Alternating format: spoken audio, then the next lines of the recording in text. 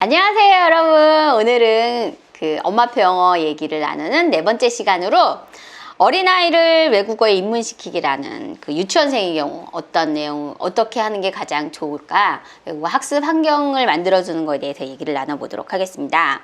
저번 시간에는 이제 0세, 태어났을 때부터 2세까지 아이를 어떤 환경에 노출하는 게 좋을까? 이거에 대해서 얘기를 했고요. 오늘은 이제 애들이 이제 말도 하고 듣기도 잘하고 이럴 때 어떤 환경으로 만들어줘야지 아이의 이중언어 환경이 좀 발달되는데 좋은 환경이 될까라는 부분에 대해서 얘기를 나눠볼게요. 그러니까 언어학자들이 많은 부분을 얘기하는데 그 중에서 어릴 때부터 외국어 공부를 하는 게 좋다. 이 부분에 대해서는 사실은 약간의 언어학자들이 연구 결과를 보면 물음표가 던져진대요. 왜냐하면 어릴 때는 사실 속도나 이런 거에 대해서 굉장히 느리기 때문에 가장 습득 효과나 이런 게 좋을 때는 사실 사춘기래요. 사춘기에는 이렇게 받아들이는 거나 이런 것들이 굉장히 빨라서 문법이나 왜냐하면 아는 지식도 많고 다른 자기의 언어도 굉장히 모국어도 잘하기 때문에 다른 언어를 받아들이는 학습 속도가 굉장히 빠르대요. 하지만 그래도 언어학자들이 한 부분에 대해서는 어릴 때부터 하면 좋다라고 하는 부분이 있어요. 그 부분이 어디냐면 억양.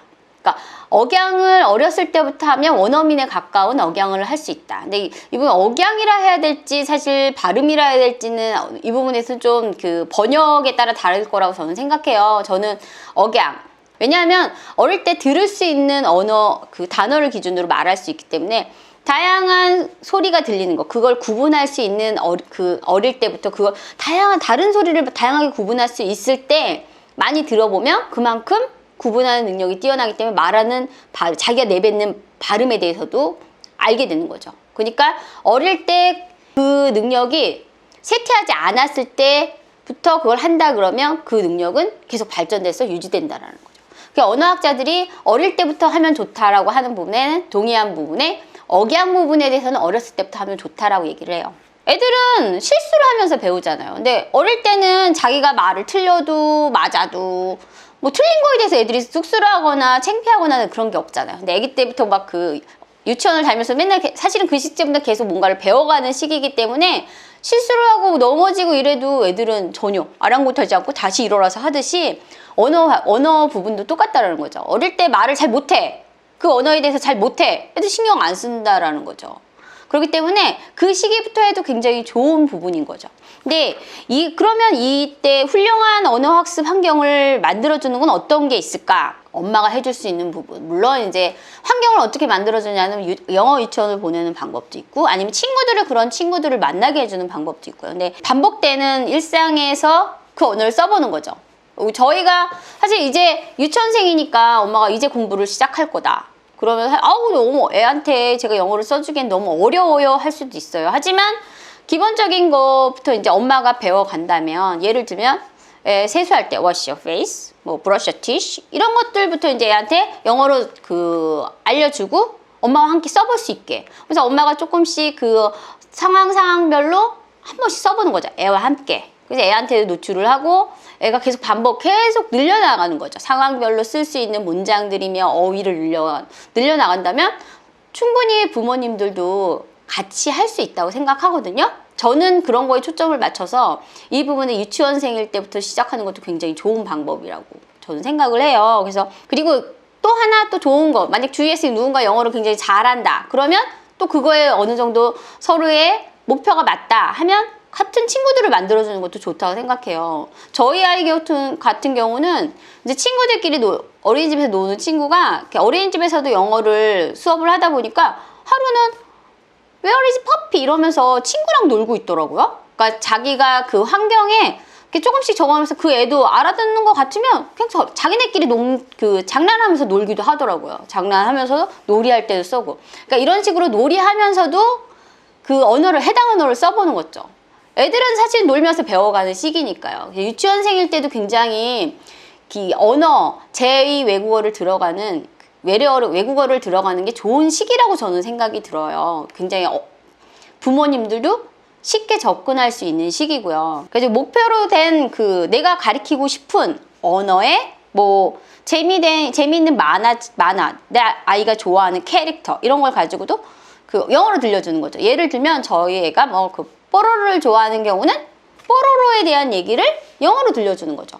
근데 그 사실은 유치원일 때도 조금은 그 어떤 아이인 경우는 좀 늦은 감도 있다라는 생각이 들 수도 있어요. 왜냐하면 이미 내가 내 모국어로 굉장히 말을 잘하고 잘 알아듣는 애예요. 근데 갑자기 어느 순간에 엄마가 막 모르는 말을 하고 부모님이 모르는 얘기를 해. 그리고 나는 이미 한국어에 노출이 뽀로로라는 거에 대해 내용을 되게 잘 아는 건데 갑자기 엄마가 어느 순간에 재미없 못 알아듣는 얘기를 한다. 이렇게 하면 어려울 수도 있는 거죠. 근데 아는 내용을 이제 예를 들면 뽀로로를 굉장히 잘 아는 내용을 영어로 한번 들어보면서 유도를 해보는 거죠. 애가 뭐에 초점을 뭘 좋아하는가 그거를 조금씩 적용을 시켜보는 거죠. 처음 시작할 때는.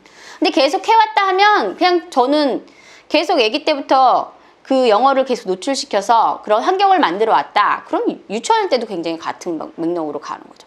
유치원일 때는 이제 애들이 겁없이 막 하기 때문에 말도 막 해보는 거죠. 그렇게 언어 발달 기준으로 내 애가 어느 수준까지 왔느냐 기준으로 얘기를 진행을 해보면서 같이 연결고리로서 가보는 거죠. 근데 이때 이제 똑같이 아기 때처럼 했던 것처럼 계속 연결시키는 거. 근데 이때 시작하는 부모님들 경우는 아이한테 좀 더 아이가 뭘 좋아하는지 아이가 어떤 걸 좋아하는지를 보면서 거기에 초점을 맞추면서 아이가 좋아하는 흥미 위주로 외국어에 대해서 전개를 시작해보는 거죠. 이 시기도 다른 부분에서는 결코 놓치고 싶지 않은 시기이기 때문에 유치원 때부터 저는 시작하는 것도 굉장히 중요한 시기라고 저는 생각을 해요. 그래서 이 시기를 놓치지 않았으면 하는 마음에 이 시기도 많이 권했으면 좋겠어요.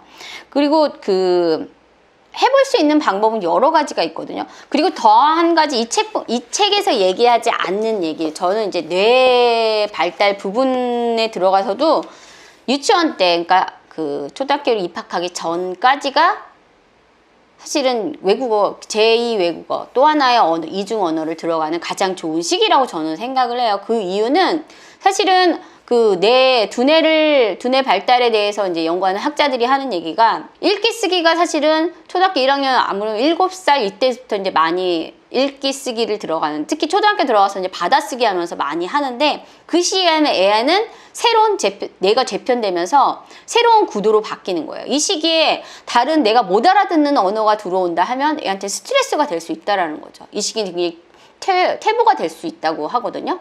그렇기 때문에 저는 이 시기가 되기 전에 들어가면 더 좋겠다라고 저의 개인적인 생각으로는, 그래서 이 시기를 좀 많이 활용했으면 좋겠다라고 저는 권해드리고 싶어요. 그래서 오늘은 유치원 때 가장 우리나라에서도 많이 시도하는 영어 유치원이 유치원 때부터 이제 뭐 4살, 5살 이때 아이들이 가장 많이 들어가잖아요.